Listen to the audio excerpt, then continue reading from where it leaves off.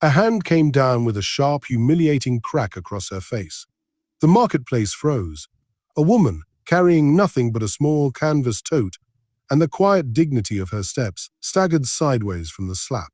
The bikers laughed, their engines still idling, the sound of arrogance and steel merging with the sting on her cheek. One of them, broad-shouldered and tattooed with careless pride, sneered at her trembling hands as if her humanity were an inconvenience. The crowd around them stiffened but did nothing. No one dared to intervene. Fear wrapped itself around their throats, and silence became their weapon of survival. It seemed the woman was utterly alone. But one pair of eyes followed her closely, steady, calm, unblinking, like the stillness before a storm. He sat not far from the commotion, on a wooden bench beneath the flickering shadow of an old lamppost. His clothes were plain, worn at the seams, a jacket too heavy for the warm evening, and boots polished but scarred. A cane rested across his knees, and in the depth of his gaze lived a silence too heavy for ordinary men to carry. This was Daniel Keene. To the crowd, he looked like another weathered man worn down by years of labor or solitude. To the woman, he was invisible, a stranger among strangers. To the bikers, he was nothing at all. They would not know who he was until the moment they were staring up from the dirt, wondering how the ground had risen so quickly to meet them.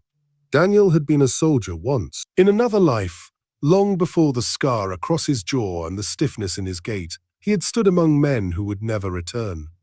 He had watched deserts swallow years of his youth and seen the sky burned with tracer fire that turned midnight into false dawn. He carried their voices with him, his comrades who had fallen silently into the dust, names etched not on his lips but on his heart. The smell of burnt cordite still haunted him sometimes, mixed with the copper taste of blood and the dry grit of sand between his teeth. When the world had broken them, he did not break. He returned home, quieter, heavier but unbroken. The cane across his knees was not a weakness. It was memory forged into wood and steel, a reminder of the fragments of shrapnel that still rested deep within his leg, a pain that hummed like a tuning fork whenever the weather turned cold. He carried it with the same steadiness with which he once carried his rifle, as an extension of his body, an anchor for his discipline. And now he watched. The biker who had struck the woman stepped closer, looming over her. She tried to gather herself, pressing her hand against her cheek where the skin was reddening. He mocked her, words slicing her dignity finer than the slap ever had. His friends howled with delight, revving engines, drawing the attention of the marketplace into one cruel orbit. People shifted uncomfortably, but no one moved forward. Daniel's heart tightened. He remembered another woman, his sister, long gone now, who had waited for his return from war. She had believed in his protection, even when he was oceans away. The memory surged in him, sharp and alive, and he felt the question gnawing. If no one stood for her, who would? He rose slowly, the cane pressing into the ground, his body steady despite the faint stiffness in his knee. His silence was his weapon. He moved without hurry, without spectacle. The crowd noticed him then, a lone figure approaching, his steps deliberate, his eyes unwavering. The bikers turned. The one closest to the woman sneered. To them, he looked like easy prey, an older man limping slightly, with nothing but a stick to hold him upright. The crowd held its breath. Daniel said nothing. His silence unnerved them in ways words could not.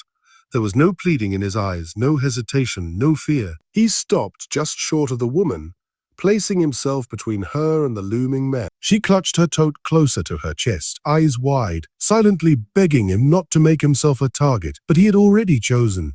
The biker stepped forward and shoved him. Daniel did not move. The cane anchored him like a tree rooted against the storm. Another shove, harder this time. Still, Daniel did not stumble. His silence spoke louder than threats ever could. The leader raised his hand again, aiming to deliver another slap. This time to Daniel.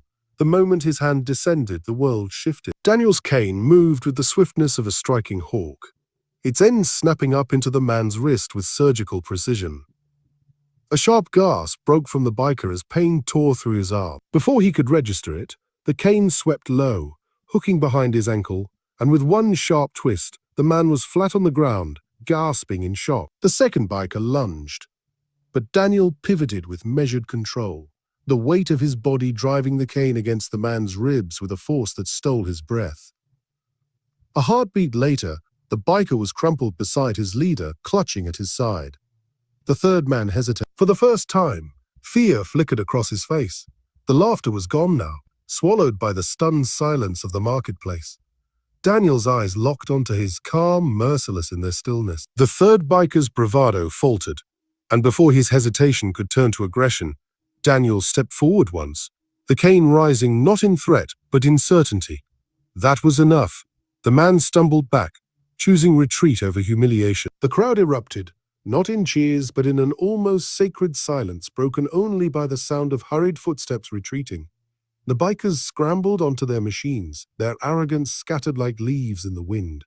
The engines roared as they fled, carrying away their shame. Daniel stood motionless, the cane steady in his hand, his breathing even. He did not look at the crowd. He turned only to the woman who stood trembling, tears brimming in her eyes. He inclined his head slightly, a silent acknowledgement of her dignity, then stepped back. The crowd watched him, their silence now transformed into awe. Respect rippled through them like a current. Some lowered their eyes, ashamed that they had done nothing. Others stood straighter, as though reminded of what courage truly looked like. And then came the whispers. Soft at first, then louder, spreading through the gathering. A single phrase repeated itself again and again until it became a quiet chorus of reverence. They knew now he was no ordinary man. He had carried battles in his bones, sacrifices in his silence. Daniel's words, when he finally spoke, were few and carved from the weight of his life. He looked neither at the crowd nor at the retreating men, but into the empty air where his comrades once stood, where silence had always spoken louder than any cry. His voice was steady, measured, eternal. He said only this, that respect cost nothing, but the lack of it can cost everything. The marketplace held still, as though the world itself had paused to let the truth settle. Some felt shame burn in their chest.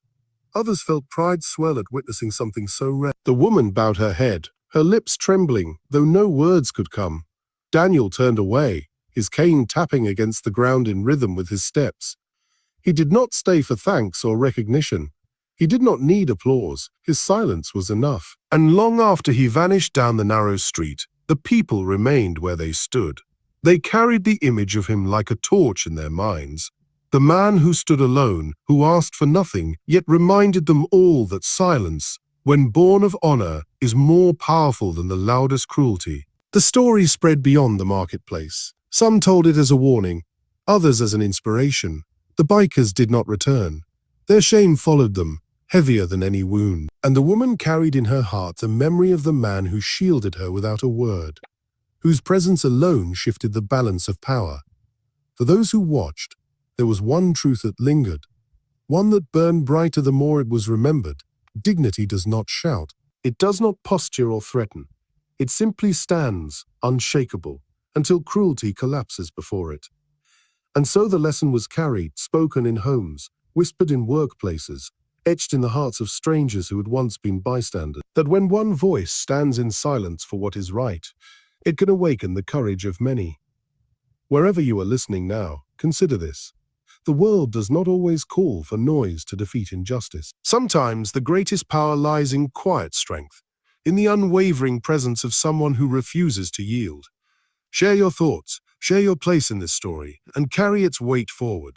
Because somewhere, someone waits for a reminder that dignity is not a relic. It is alive, and it is unstoppable.